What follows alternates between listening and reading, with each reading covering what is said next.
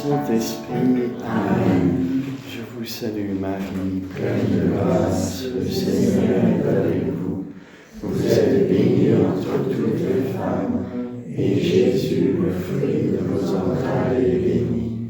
Sainte Marie, Mère de Dieu, priez pour nous pauvres pécheurs, maintenant et à l'heure de notre mort. Amen. Notre-Dame de la sagesse et de la paix, priez pour nous. Notre Père Saint-Jean, priez pour nous. Saint Thomas d'Aquin, priez pour nous.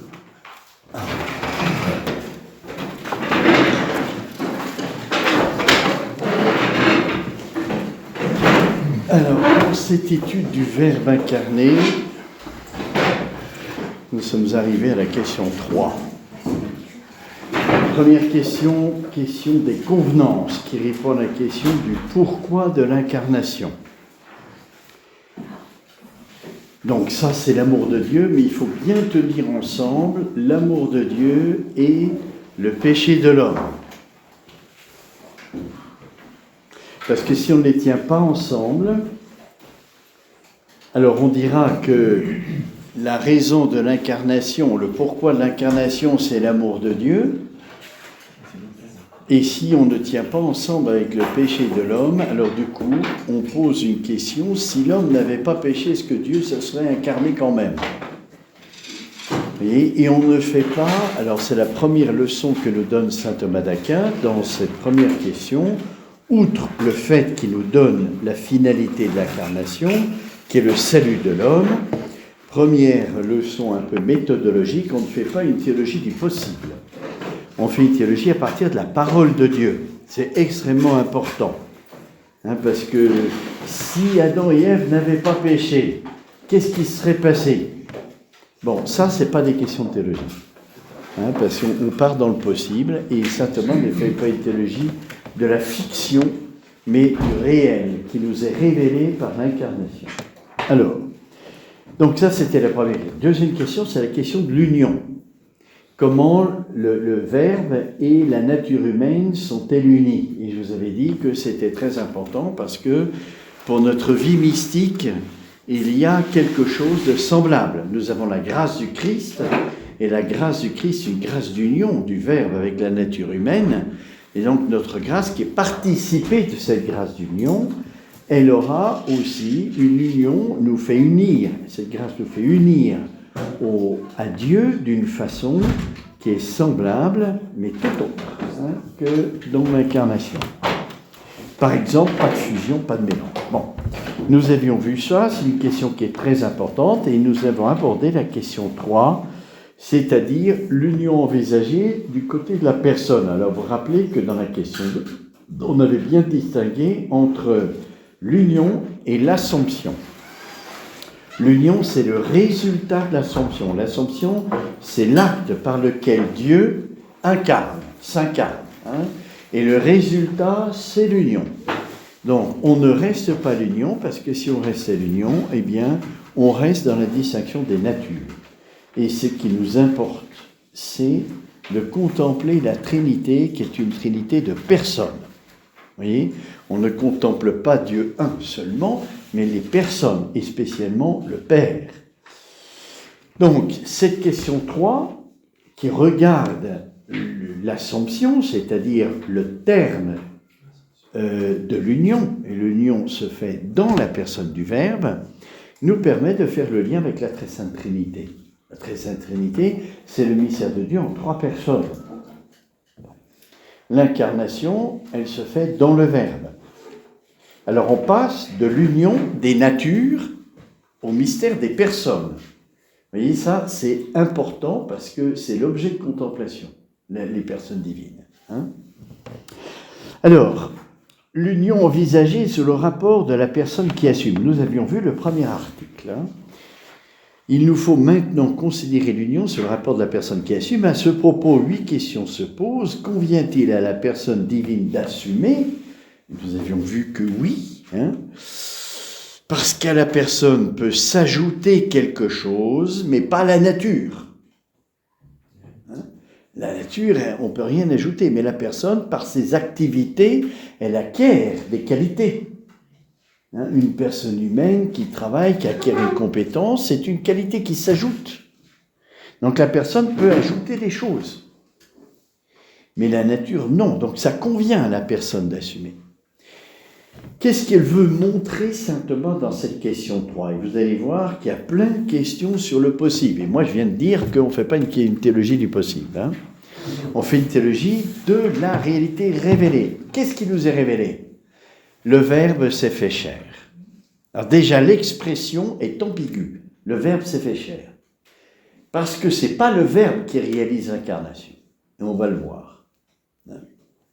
C'est le terme dans lequel se fait l'incarnation de Dieu.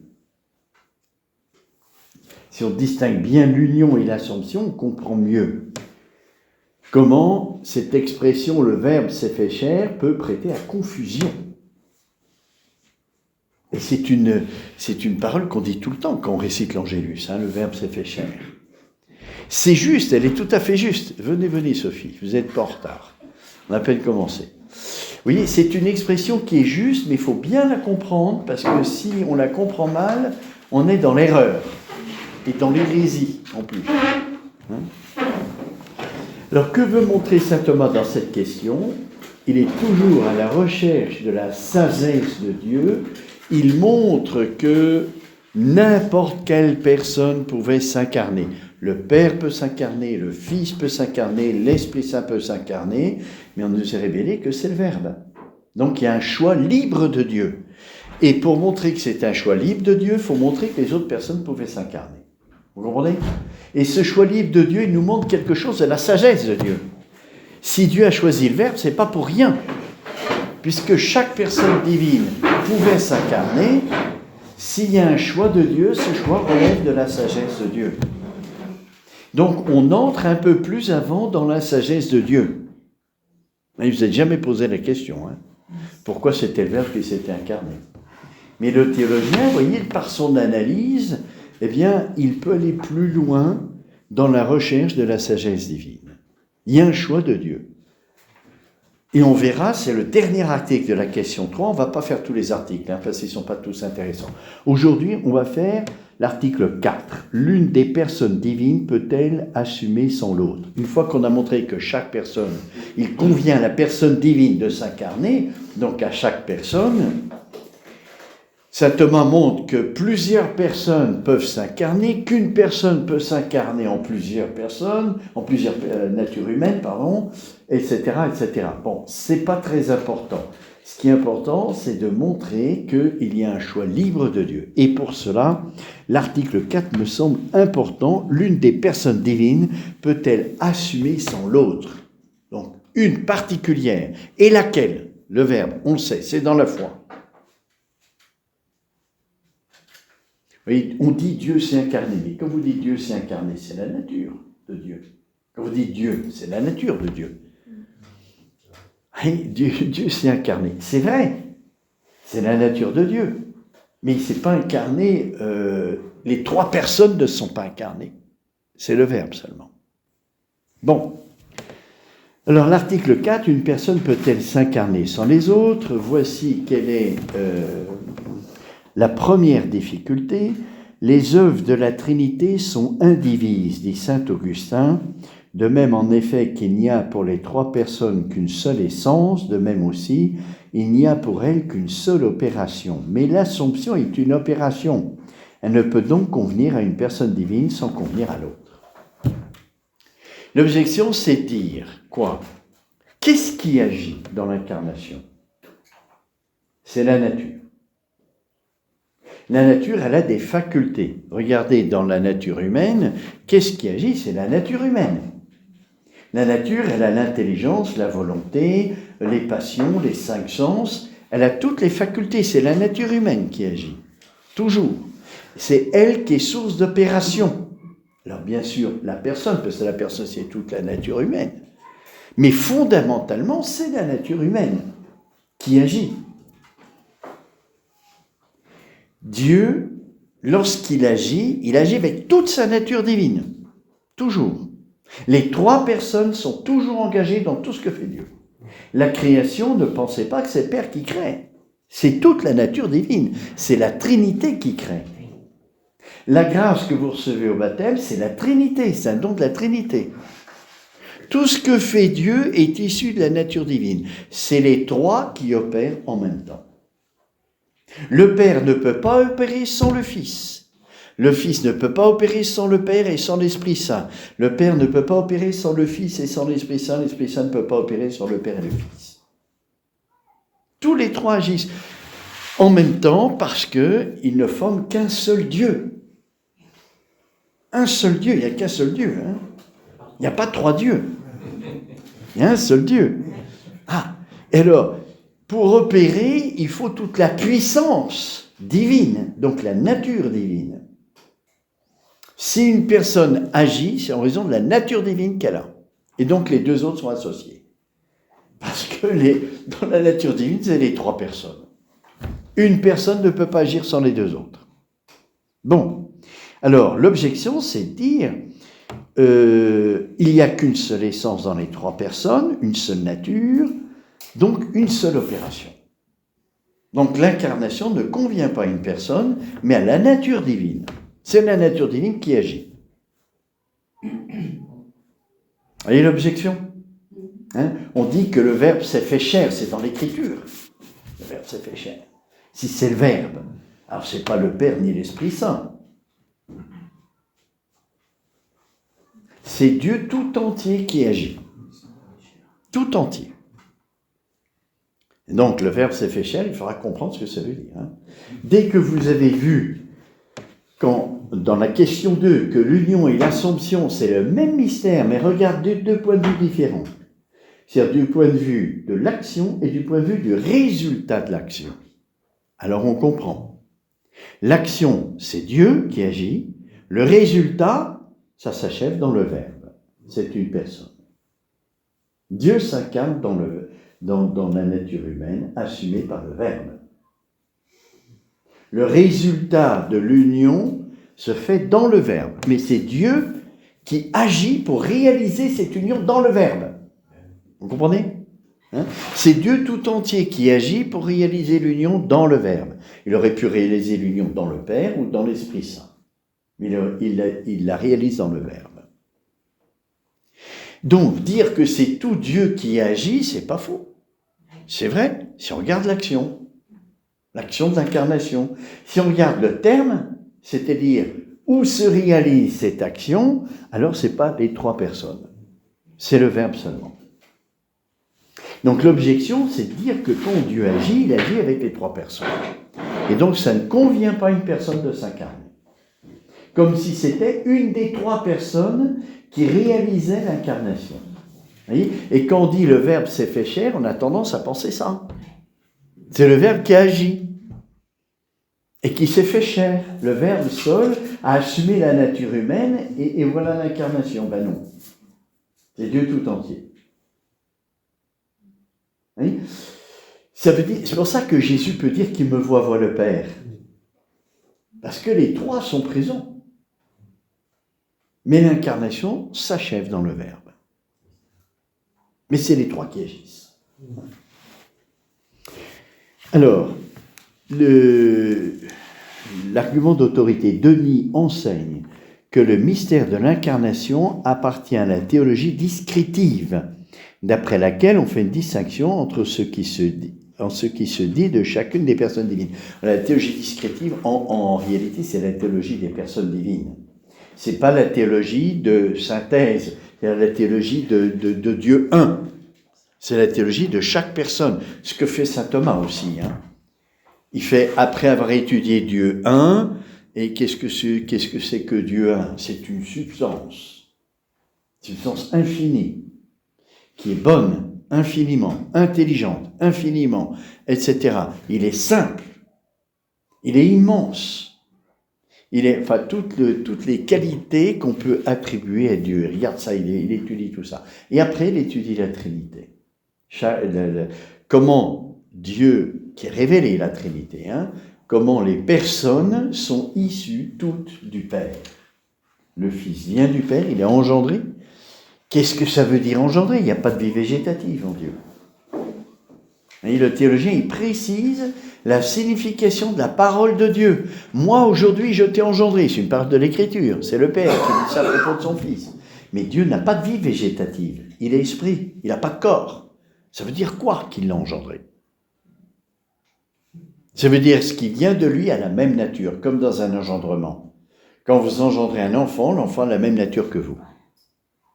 Donc, celui qui est engendré par le Père a la nature divine. C'est pour ça qu'on dit engendrer. L'Écriture nous révèle engendrer. Mais c'est faux, si on prend matériellement. Il n'y a pas d'engendrement en Dieu. Il n'y a pas de vie végétative. Il n'y a pas de procréation en Dieu. Bon. Alors, donc, l'argument d'autorité dit que le mystère de l'incarnation appartient à la théologie descriptive, c'est-à-dire la théologie des personnes. À la théologie des personnes. On comprend, le Verbe s'est fait chair, ça regarde la personne du Verbe. Ça ne regarde pas toute la nature divine, sauf dans l'action de l'incarnation. Alors, l'argument que donne saint Thomas, l'Assomption comporte deux choses. L'acte de celui qui assume et le terme de l'Assomption. Là maintenant, vous devez être habitué de distinguer bien ces deux choses.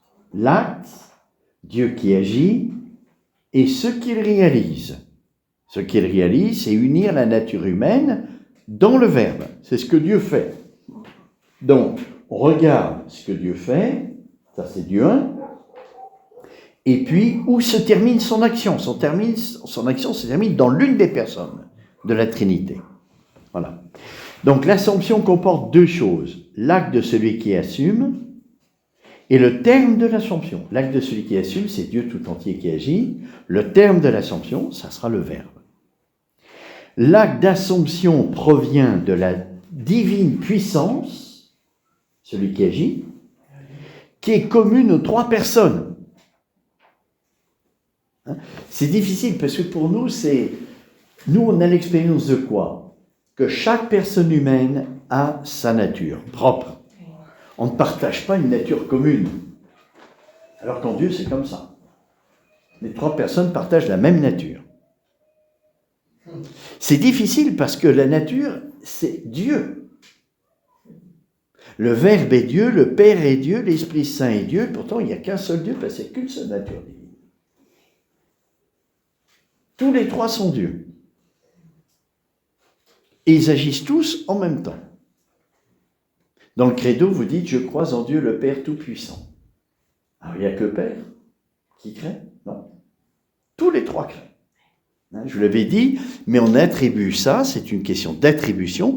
Le Père, le Fils et le Saint-Esprit, tous les trois créent en même temps. C'est pour ça qu'on est à l'image de Dieu, parce qu'on a la marque des trois. Si avec le Père qui crée, on ne serait pas à l'image de Dieu. Mais il y a les trois qui agissent. Vous voyez? Et donc, on est à l'image de Dieu Trinité. Parce que les trois créent. Le Père, le Fils. Pourquoi on l'attribue au Père? Parce que c'est un acte qui montre toute la puissance de Dieu. Il n'y a rien, et puis il y a un être. Ça, c'est pas à la mesure de l'homme. L'homme ne peut pas faire ça. De rien faire quelque chose, il ne peut pas. C'est impossible. Il transforme toujours quelque chose. Il y a toujours quelque chose qui est présupposé qu'il transforme. Il n'y a que Dieu qui peut de rien faire quelque chose. Oui, de rien, mais vraiment de rien. Faire quelque chose qui existe. Et ça, il faut la toute-puissance de Dieu pour ça. Donc, pour manifester que le Père, dans la Trinité, est source, on attribue la création au Père. Mais en réalité, c'est les trois personnes qui créent. Oui, c'est pas la parole, vous voyez, les paroles qu'on dit dans le credo et dans notre foi, il faut faire attention. On risque de penser que le Père crée, puis les deux autres, ils sont d'épouse pendant ce temps. Non, c'est toute la Trinité qui crée, et on est à l'image de Dieu. Voilà. Alors, l'acte d'Assomption provient de la puissance divine qui est commune aux trois personnes, mais le terme de l'Assomption est la personne ainsi qu'il a été dit. Vous voyez, c'est pour ça que cette distinction entre union et Assomption, l'acte et le résultat de l'acte, est capital pour comprendre cette parole, et le Verbe s'est fait chair quand vous récitez l'Angélus tous les jours et 3 fois par jour. C'est Dieu qui agit. Oui, le Verbe s'est fait chair, c'est un passif, c'est pas un actif, s'est fait chair. Oui, c'est lui le résultat de l'incarnation. Et nous, on comprend souvent à l'actif, il s'est fait chair, c'est lui qui agit. Et c'est faux. Le terme, bon, alors c'est pourquoi ce qui dans l'Assomption relève de l'agir est commun aux 3 personnes. Ce qui au contraire, à raison de terme, convient à une seule personne et non aux autres. Parce que ça, c'est révélé. C'est révélé que l'incarnation, c'est le Verbe, ça s'achève au Verbe. On ne peut pas dire autre chose, vous voyez ? C'est la foi. Mais ce qui agit, c'est la nature divine, tous les 3. En sorte que les 3 personnes ont fait que la nature humaine fut unie à la personne du Fils. Le Père, le Fils et le Saint-Esprit, tous les 3 ont réalisé l'incarnation dans le Verbe.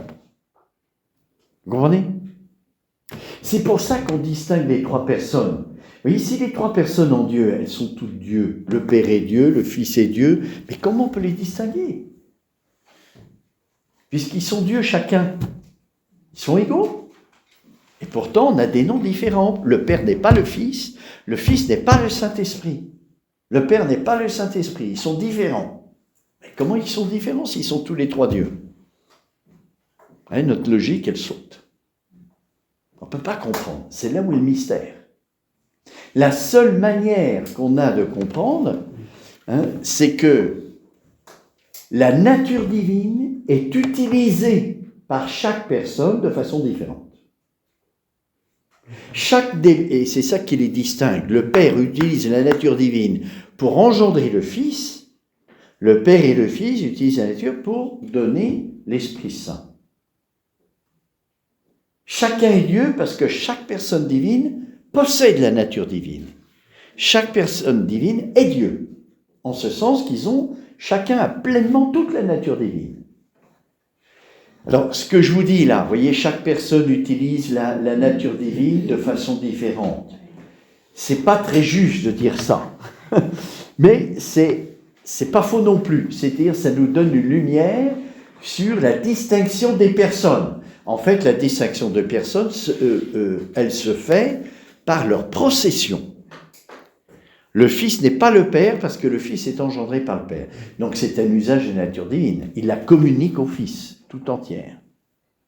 Et l'Esprit Saint se distingue du Père et du Fils parce qu'il vient du Père et du Fils. Je vous avais dit que par rapport à nos frères orthodoxes, c'est la grande question de dire que l'Esprit Saint vient du Père et du Fils, ce qu'ils refusent.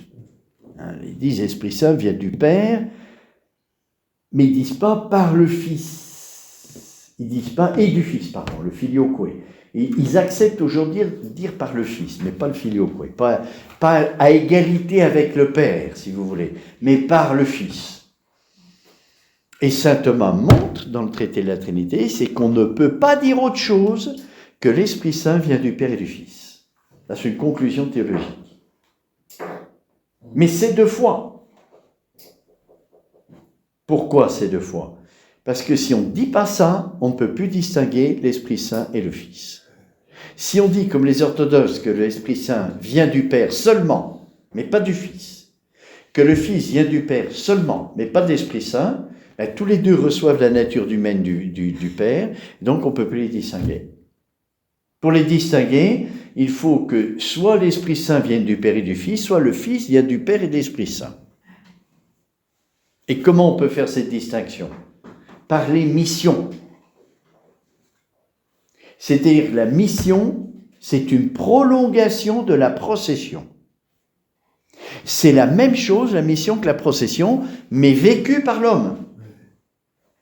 Le Père engendre le Fils, par exemple. Ça, c'est la procession. La mission, c'est que le Verbe est envoyé dans le monde.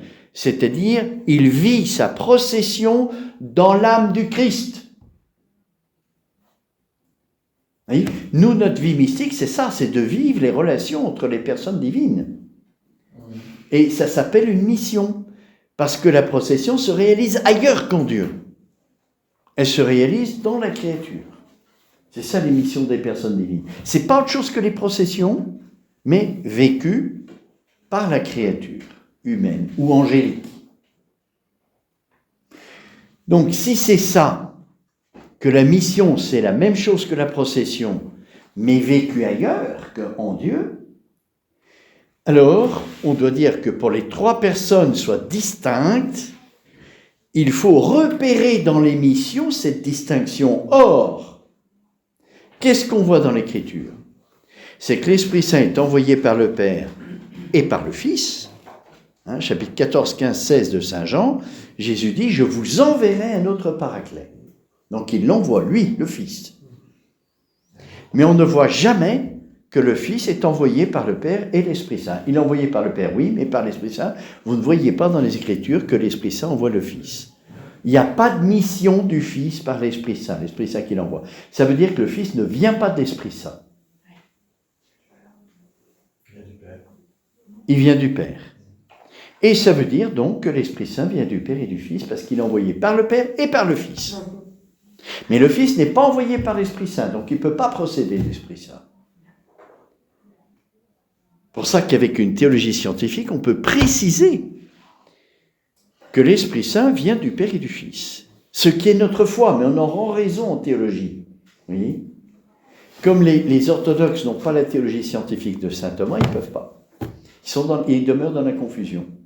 Vous voyez ? Et ils ne peuvent pas dire l'Esprit Saint vient du Père et du Fils.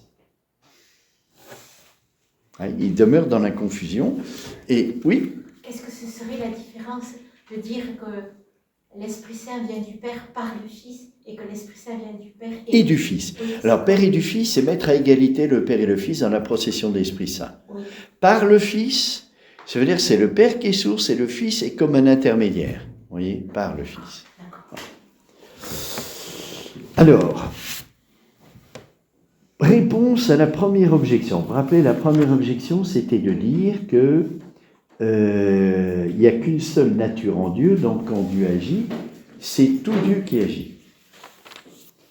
Réponse. L'objection aurait sa valeur si l'Assomption ne comportait, outre l'agir, le terme de l'agir qui est la personne. Si on regardait que l'union, vous voyez, ça serait juste de dire que c'est tout Dieu qui agit. On doit distinguer l'union et puis l'action. Pardon, si on regardait que l'action, ça serait juste de dire que tout Dieu agit. Mais si on regarde le résultat de l'action qui est l'union, alors ça c'est pas dans tout Dieu. L'incarnation ne se réalise pas dans la Trinité. Elle se réalise dans le Verbe, pas dans le Père, pas dans l'Esprit Saint, mais dans le Verbe seulement. Pourquoi ce choix de Dieu? C'est l'intérêt de toute cette question.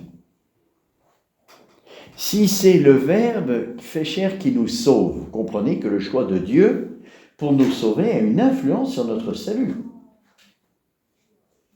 Si Dieu a choisi le Verbe pour nous sauver, c'est qu'il y a un bien pour notre salut, là. C'est pas indifférent. Puisque Dieu pouvait s'incarner et s'incarner dans le Père ou dans l'Esprit Saint. Si Dieu a choisi le Verbe, c'est pour le bien de notre salut. Donc ça compte, si on veut faire un chemin de sainteté, ça compte de savoir pourquoi Dieu a voulu que ça soit le Verbe. Non ? Bien sûr. Du moins éclairer ce chemin. Oui, parce qu'il n'est pas nécessaire d'être théologien pour être un saint, bien sûr. Mais si on est théologien, on a une lumière sur ce qu'on vit. Donc ça collabore. Si on est éclairé, on collabore mieux. Voilà. On risque d'aller plus vite. Oui, parce que ce n'est pas obligatoire. Deuxième objection. Nous disons aussi bien que la nature du Fils, nous disons aussi bien de la nature du Fils que de sa personne qu'elle est incarnée. Car, selon Damascène, toute la nature divine, en l'une de ses hypostases, est incarnée. Mais la nature est commune aux trois personnes, donc aussi l'Assomption. Oui. Ça, c'est l'expression. Nous disons aussi bien de la nature du Fils que de sa personne qu'elle s'est incarnée. On dit aussi bien Dieu s'est incarné que le Verbe s'est incarné. Dans le langage, on dit les deux. Donc, si on met les deux dans le langage, qu'est-ce que ça veut dire de la réalité? On exprime par notre parole la réalité, non? Moi, je ne peux pas dire cette table, elle est bleue. Le langage, il exprime la réalité telle qu'elle est. Il doit être vrai, ce langage. Si dans le langage, on dit Dieu s'est incarné, c'est toute la nature. Si je dis le Verbe s'est incarné, c'est que le Verbe. Alors, il y a un des langages qui est faux? Non.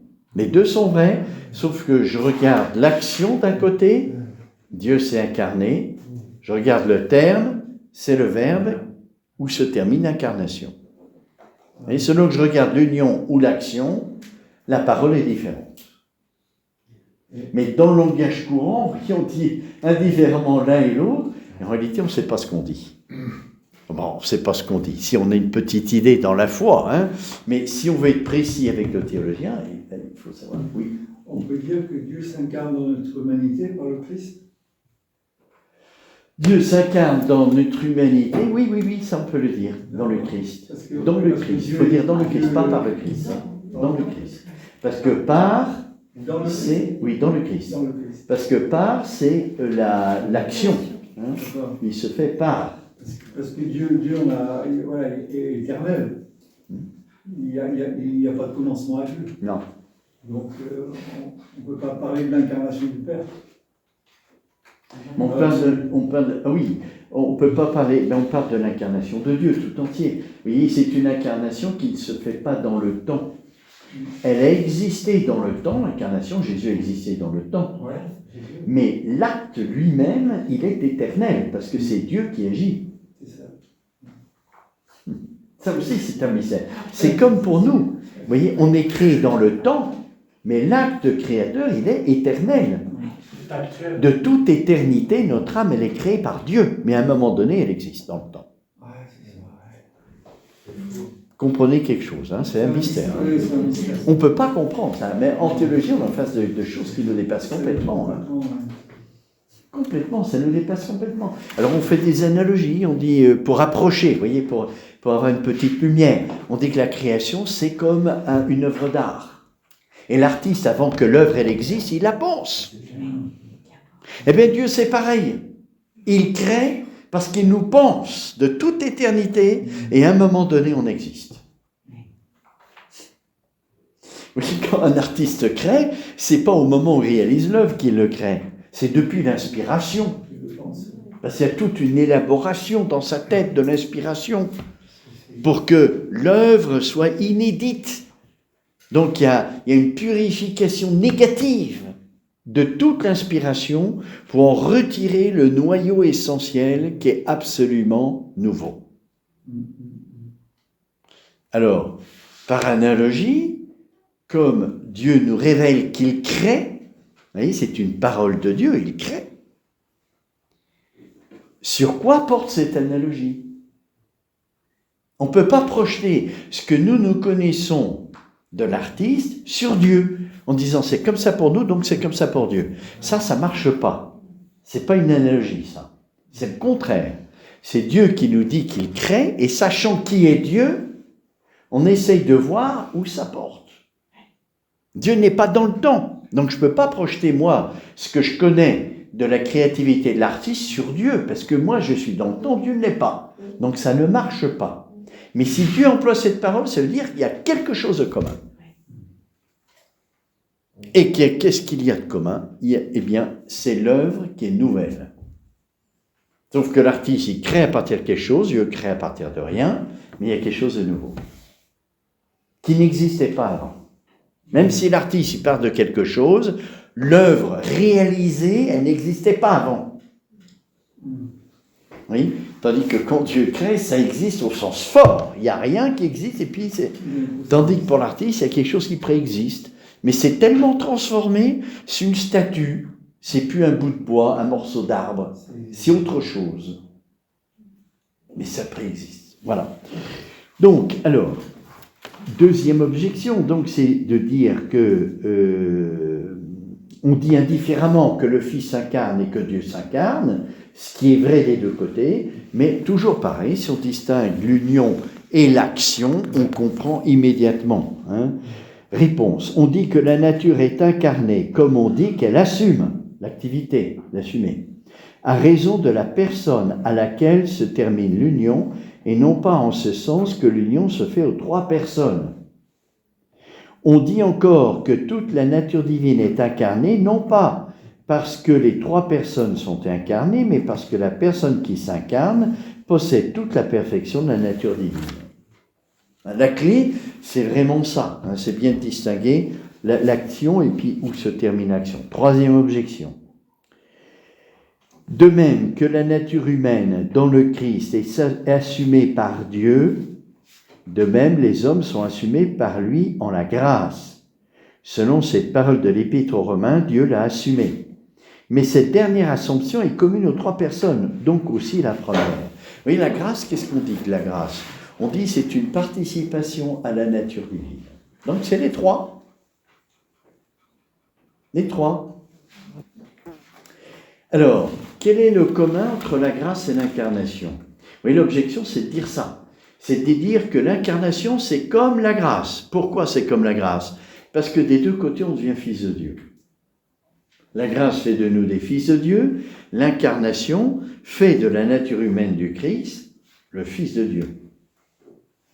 Or, dans la grâce, nous sommes fils de Dieu, et la grâce, elle vient des trois personnes divines, et elle nous renvoie aux trois personnes divines. Oui, la grâce qui est une participation à la nature divine, donc à Dieu trois. Et entre la grâce et l'incarnation, vous vous rappelez qu'on a vu la question de l'union. Saint Thomas, à un moment donné, s'était posé la question, est-ce que l'union est une grâce? Il a dit oui. Oui et non. Ça dépend comment on regarde les choses. C'est une grâce puisque c'est une assomption, c'est-à-dire une attraction d'amour. Ça, c'est une grâce. Quand vous êtes baptisé, vous recevez la grâce au baptême. Alors, cette grâce, elle est comme l'incarnation, elle vous unit à une personne divine ou elle vous unit à Dieu tout entier. Elle vous unit à Dieu tout entier. Voilà quelque chose que Dieu crée, la grâce, et qui vous unit à Dieu Trinité. L'incarnation est une grâce, et donc ça devrait unir à Dieu aussi. Parce que la grâce, c'est l'attraction d'amour. Et l'attraction d'amour, c'est Dieu, qui attire à lui. Vous voyez l'objection? L'action, si je la regarde, l'action, comme une assomption, ce qu'elle est, il y a une attraction d'amour. Mais l'attraction d'amour, c'est pas telle ou telle personne, c'est la nature divine. C'est le bien. Donc, la nature divine, elle attire à elle la nature humaine dans l'incarnation. Vous voyez, ça c'est l'objection. Alors, réponse. C'est pas si commode de répondre. L'assomption qui se fait par grâce d'adoption, c'est-à-dire par la grâce qu'on reçoit au baptême, a pour terme une certaine participation de la nature divine par assimilation à sa bonté. Selon cette parole de l'apôtre Saint-Pierre, nous devenons participants de la nature divine. Aussi, une telle assomption est commune aux trois personnes qu'on reçoit la grâce du baptême. On est assumé par Dieu. Mais par Dieu, trois personnes. Dans son principe comme dans son terme. C'est la différence avec l'incarnation. Dans l'incarnation, le principe, c'est Dieu 3, mais le terme, c'est le Verbe. Dans la grâce qu'on reçoit au baptême, le principe, c'est Dieu 3, toujours, mais le terme, c'est Dieu 3. Nous sommes fils de Dieu. Pas fils du Père seulement, fils de Dieu. Mais l'assomption qui se fait par grâce d'union est commune aux trois personnes. Dans son principe, elle ne leur est pas dans son terme. Alors voilà, cet article 4 qui permet de bien voir que la distinction entre ce qui est à l'origine de l'incarnation et ce qui est au terme. Dieu tout entier de Trine, mais l'incarnation se termine au Verbe. C'est bien clair ça. Bon, alors maintenant, on va regarder l'article 8, qui est l'article le plus intéressant, c'est pourquoi Dieu a choisi le Verbe. Donc le titre de cette question, tel que saint Thomas l'a rédigé, c'est il fut plus convenable à la personne du Fils qu'elle assume à la nature humaine que des autres personnes divines. Hein? Pourquoi Dieu? Vous voyez, c'est une raison de convenance, on ne peut pas aller plus loin. Hein, on ne peut pas dire, Dieu a choisi le Verbe comme terme de l'incarnation pour telle ou telle raison. On peut dire, ça convient. Parce que si on avait l'évidence, on ne serait plus dans la foi. Donc on peut dire, il y a des convenances. C'est mieux comme ça. Ça nous est révélé, donc c'est sûrement mieux comme ça. Mais pourquoi c'est mieux comme ça? C'est ça qui est intéressant pour nous. Hein? Pourquoi c'est mieux comme ça? Alors, voici ce que dit la première difficulté. Il ne semble pas que l'incarnation convienne mieux au Fils de Dieu qu'au Père ou à l'Esprit Saint. Par ce mystère, en effet, les hommes sont amenés à la véritable connaissance de Dieu, selon cette parole de Saint Jean. « Je suis né, je suis venu dans le monde pour rendre témoignage à la vérité. » Mais du fait de l'incarnation de la personne du Fils de Dieu, beaucoup se sont détournés de la vraie connaissance de Dieu, attribuant les propriétés de la nature humaine à la personne même du Fils. Ainsi, Arius a prétendu que les personnes étaient inégales. Pour cette raison qu'il est dit dans Saint Jean, « Le Père est plus grand que moi ». Et cette erreur ne se serait pas produite si la personne du Père s'était incarnée. Personne, en effet, n'aurait pensé attribuer au Père une infériorité par rapport à son Fils. Il était donc, semble-t-il, préférable que la personne du Père s'incarnât plutôt que celle du Fils. Oui, l'incarnation, c'est pourquoi? C'est pour la révélation. Communication de la vérité, non? Communication de la vérité. Or, il y a eu des hérésies. Et une hérésie qui a fait beaucoup de mal dans l'Église, hein, l'arianisme. L'arianisme. Pourquoi? Parce que Arius s'est appuyé sur cette parole de Jésus qui dit « Le Père est plus grand que moi ». Alors, si je la prends matériellement, je dois dire si le Père est plus grand que le Fils n'est pas Dieu. Le Père est Dieu, ça y a aucun doute. Le Père est plus grand que moi, c'est-à-dire que le Fils est moins que Dieu. Il pensait que le Fils était une créature supérieure à l'homme, bien sûr, hein, peut-être supérieure aux anges, mais qu'il n'était pas Dieu. Alors pour éviter cette erreur, si le Père s'était incarné, il n'y aurait pas eu cette erreur. Hein? Il n'y aurait pas eu cette erreur. Donc si le but de l'incarnation, c'est la révélation de la vérité, ça convient mieux que le Père s'incarne. Puisqu'on voit qu'il y a eu des hérésies à cause de l'incarnation, à cause de l'intelligence humaine qui ne comprend pas très bien. Hein? Vous voyez? Donc pour éviter les hérésies, il aurait mieux valu que le Père s'incarne. Ça, c'est la première objection qui vient du but. Et saint Thomas est clair. Pourquoi Dieu s'est incarné? Pour nous révéler. C'est comme ça qu'il nous sauve. Révéler le mystère de l'amour de Dieu. On choisit le bien. Et c'est comme ça qu'on est sauvé. On choisit le vrai bien. Alors, l'argument d'autorité, Damascène écrit. Dans le mystère de l'incarnation ont été manifestées la sagesse et la puissance de Dieu. Sa sagesse, car à la situation la plus difficile, il a su donner la solution la meilleure. Sa puissance, car d'un vaincu, il a fait un vainqueur. Mais la puissance et la sagesse appartiennent en appropriation au Fils, puisqu'il est dit dans l'Épître aux Corinthiens, le Christ, puissance de Dieu et sagesse de Dieu. Il convenait donc que la personne du Fils s'incarnât. Oui, le salut se fait par la puissance et par la sagesse de Dieu. La puissance, parce que Dieu doit se manifester en s'incarnant. Et ça relève de toute la toute-puissance de Dieu, la création de l'âme du Christ. La toute-puissance de Dieu. La sagesse, parce qu'on va nous révéler la lumière, la vérité, jusqu'au bout. La sagesse, c'est une sagesse. Donc ça convient au Fils qui est puissance de Dieu et sagesse de Dieu. Hein, l'argument d'autorité. Oui, les convenances. Les convenances. Alors, c'est une attribution. Ça ne veut pas dire que le Père il n'est pas sagesse et pas puissance. L'Esprit Saint n'est pas sagesse, n'est pas puissance. Bien sûr que oui. Mais dans la révélation qui nous est faite des personnes divines, on voit que le Fils est sagesse de Dieu. Ça nous est révélé comme ça.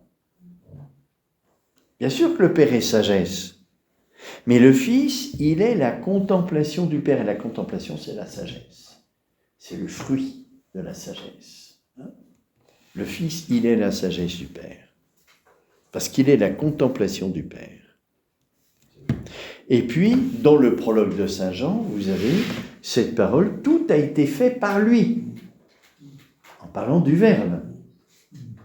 Le Verbe, comment c'était déjà au commencement était le Verbe et le commencement. Sans lui, rien ne fait. Sans lui, Celui qui tournait vers Dans lui. le principe était le Verbe. Dans le principe était le Verbe. Et le Verbe était auprès de Dieu, et le Verbe était Dieu. Tout fut par lui.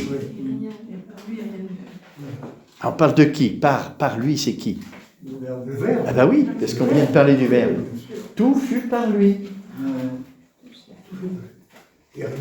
Ah, ça veut dire quoi? Ça veut dire quoi? Tout fut par lui, vous voyez? Si on reprend ce qu'on a dit tout à l'heure, tout fut par lui. On a l'impression que c'est le Père qui crée et il sert de son Fils pour créer. Alors que c'est la Trinité qui crée. Et pourquoi c'est la Trinité? Parce que c'est une œuvre de la puissance divine, la création. Et la puissance divine, elle est unique, c'est Dieu un. Donc c'est tout Dieu qui crée. Mais tout fut par lui, on nous indique qu'il y a un rôle particulier du Verbe dans la création. Tout fut par lui. Et sans lui, rien n'a été fait de ce qui a été fait. Voilà. Alors, qu'est-ce que c'est, ce rôle particulier du Verbe dans la création? C'est l'aspect de la lumière, puisque le Verbe est la lumière. Chaque créature porte une marque. Elle est à l'image de Dieu, mais il y a quelque chose de particulier par le Verbe. Tout a été fait par le Verbe, la lumière. Si vous voulez hiérarchiser les créatures, il faut le faire par la connaissance. Les réalités naturelles qui n'ont pas de connaissance, les animaux qui ont une connaissance sensible, l'homme qui a une connaissance raisonnable, l'ange qui n'a pas de connaissance raisonnable mais seulement intuitive, et Dieu. Tout a été fait par lui, par le Verbe. Les trois ont agi, mais il y a quelque chose de particulier du côté de la lumière. Pour les créatures, l'ordre de sagesse des créatures. Bon. Alors, il convenait, la puissance et la sagesse appartiennent par appropriation au Fils, puisqu'il est dit dans l'Épître aux Corinthiens, vous voyez, c'est révélé, c'est pas une invention, on doit y croire. Le Christ, puissance de Dieu et sagesse de Dieu. Encore une fois, l'attribution, ça ne veut pas dire exclusivement que le Fils est puissance et sagesse et puis que les autres ne le sont pas. Tous les trois sont puissance et sagesse. Mais il y a dans le Fils quelque chose qui nous permet de mieux comprendre pourquoi il est sagesse. C'est l'aspect de la lumière, du Verbe. Oui, quand vous comprenez quelque chose, vous formez un concept dans votre intelligence. Et ce concept, c'est le Verbe. C'est-à-dire le Verbe, c'est la connaissance de la réalité que vous avez. Donc, c'est la connaissance, c'est la sagesse. C'est pas l'intelligence.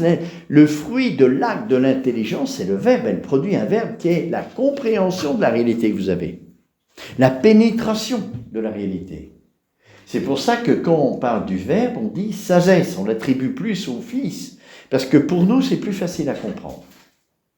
Vu qu'au plan humain, le concept et la compréhension, c'est l'intelligence qu'on a de la réalité.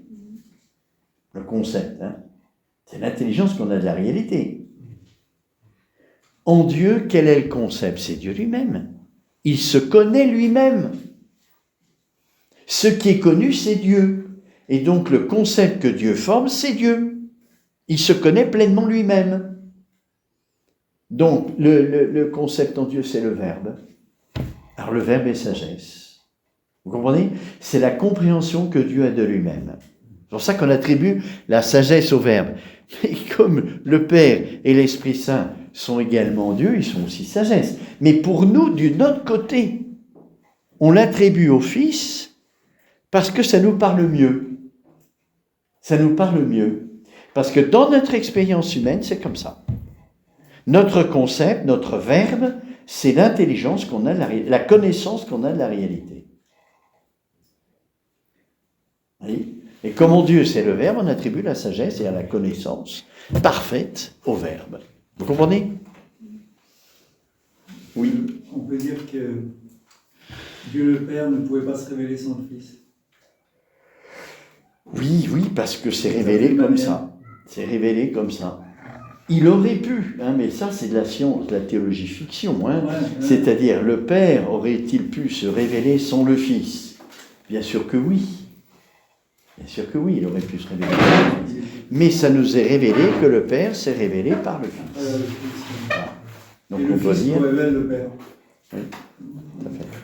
Donc, il convenait parfaitement à la personne du Fils, je lis la réponse de saint Thomas, et c'est ça qui est intéressant. Il convenait parfaitement à la personne du Fils de s'incarner, et cela pour plusieurs raisons. Tout d'abord, du point de vue de l'union, il convient que celle-ci se fasse entre des éléments semblables. Tout fut par lui. Il y a une similitude particulière des créatures avec le Verbe. Vous voyez ? Or, la personne du Fils, qui est le Verbe de Dieu, possède un rapport de similitude commune avec toute créature. Le Verbe ou la conception de l'artiste, en effet, est l'exemplaire idéal de ses œuvres. Vous voyez, quand Dieu crée, puisqu'il nous donne cette parole « crée », ça fait référence à l'artiste. Or, l'artiste, quand il crée une œuvre, il a d'abord un concept de l'œuvre qu'il veut faire. Or, en Dieu, le concept, c'est le Verbe. Donc, par rapport à l'œuvre qui est créée, c'est-à-dire la personne humaine, l'âme, il y a un rapport particulier avec le Verbe, qui est le concept de Dieu. Dieu pense à nous avant de nous créer, enfin avant, il n'y a pas de temps, Dieu, mais il pense à nous et il nous crée, et cette pensée, c'est le Verbe. C'est pour ça que tout a été fait par lui. Donc il y a une similitude entre les créatures et le Verbe qui est particulière. Donc il convenait, vous voyez, comme l'œuvre d'art, elle s'est corrompue par le péché. Il convenait de recourir au concept pour la refaire. L'artiste, quand il veut restaurer une œuvre, il revient à l'inspiration qu'il a eue pour la refaire. C'est le Fils, c'est le Verbe. La pensée de l'œuvre, c'est le Verbe. Et donc, alors là, je continue de lire. Le Verbe ou la conception de l'artiste, en effet, est l'exemplaire idéal de ses œuvres. Et le Verbe divin, qui est le concept éternel de Dieu, est aussi l'exemplaire idéal de toute créature. Oui, l'analogie de la création entre l'œuvre de l'artiste et ce que Dieu fait, ça porte en particulier sur le Verbe. Tous les deux, l'artiste qui crée et Dieu qui crée, tous les deux ont un Verbe. Donc, la créature, elle a un rapport particulier avec le Verbe. Oui, l'artiste, il est plus que son inspiration. Il ne se réduit pas à son inspiration, il est beaucoup plus. Parce qu'il fait autre chose dans sa vie. Il ne fait pas que créer des œuvres. Donc il est plus que l'artiste. La personne de l'artiste, elle est plus que l'artiste. On ne peut pas réduire l'artiste à son inspiration. Par contre, tout ce qu'il a fait est lié à son inspiration, comme artiste. Lorsqu'il fait autre chose, c'est différent. En Dieu, puisque Dieu nous parle de la création, c'est qu'il y a une analogie entre l'acte créateur de Dieu et ce que fait l'artiste. Et le point commun entre les deux, c'est qu'il y a un verbe. Et donc, la créature, le résultat, l'œuvre, porte une marque spéciale qui est liée au verbe, au concept, qui est la lumière. Alors, dès lors, puisque la participation est cet exemplaire idéal, les créatures sont constituées dans leur espèce propre, tout en restant soumises à la corruption, il était normal que par l'union personnelle au Verbe, et non plus seulement par simple participation, la créature déchue fut rétablie dans son ordre à la perfection éternelle et immuable. C'est en effet par le moyen de la conception idéale qui lui a fait produire son œuvre que l'artiste la restaure lorsque celle-ci vient se déchoir. Vous voyez, pour nous sauver, il nous sauve de quoi? Du péché. Le péché a corrompu l'œuvre de Dieu. Pour la restaurer, bien puisque Dieu crée, il convient que ce soit son Verbe, qui est l'idéal parfait de la créature. Un artiste, quand il veut faire une œuvre, il la pense, et dans sa pensée, c'est idéal. Après, il se confronte à la matière. Il ne peut pas réaliser parfaitement son idéal, parce que la matière a des limites, elle a des défauts. Et l'œuvre, c'est moins que l'idéal qu'il en a. Quand la créature se corrompt par le péché, pour la restaurer, il convient de recourir à l'idéal, qui est le Verbe, qui a pensé, qui est la pensée de la créature. Vous comprenez ça ou c'est trop compliqué? C'est compliqué. C'est compliqué. Hein?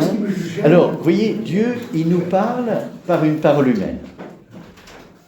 Mais pour exprimer un mystère,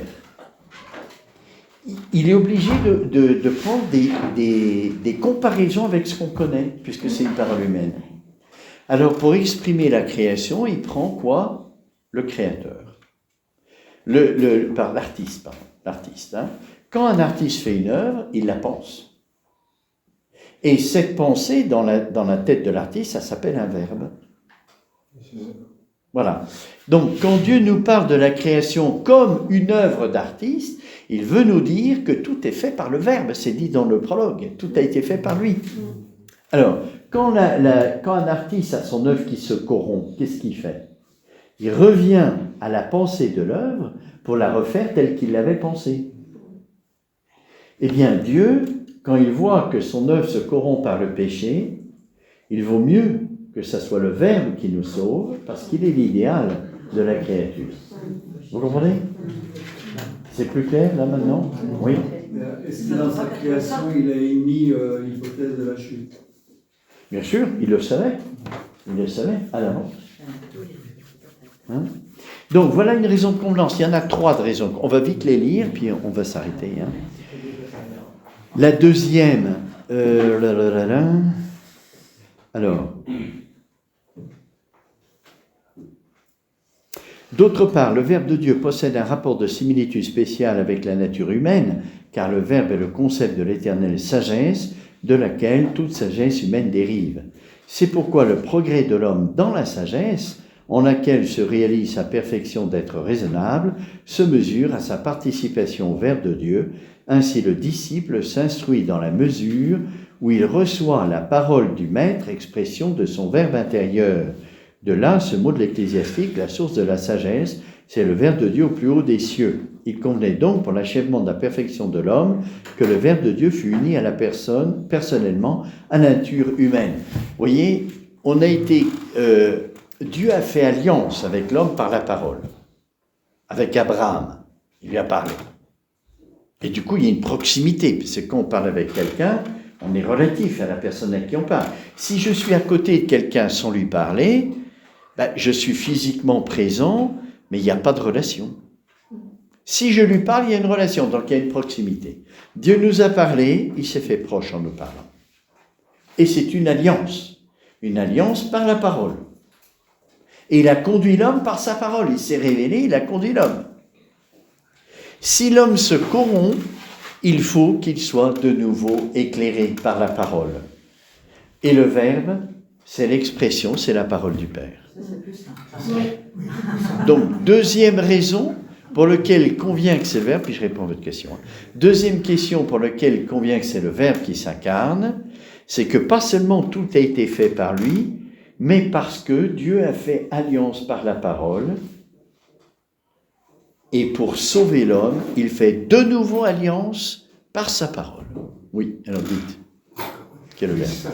qui me gênait dans cette idée de verbe, justement, c'est que verbum, justement, en latin, c'est la parole.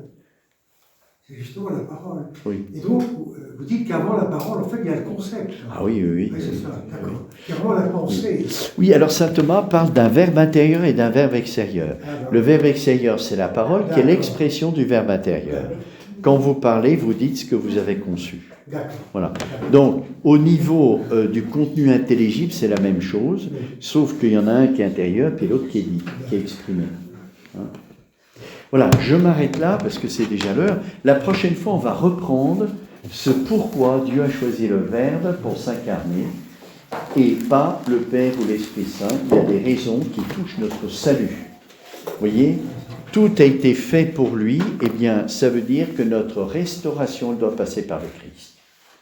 Pas de salut en dehors du Christ. On doit passer par le Christ, puisque c'est lui qui est l'origine. Vous voyez, attention, quand on dit ça, ça ne veut pas dire que tous ceux qui ne connaissent pas le Christ ne sont pas sauvés. Mais il y a une connaissance implicite du Christ, comme Jésus dit, Abraham a connu mon jour. Ah, il n'a pas connu le Christ, mais il y a une connaissance implicite du Christ. Voilà. Alors, on regardera ça la prochaine fois.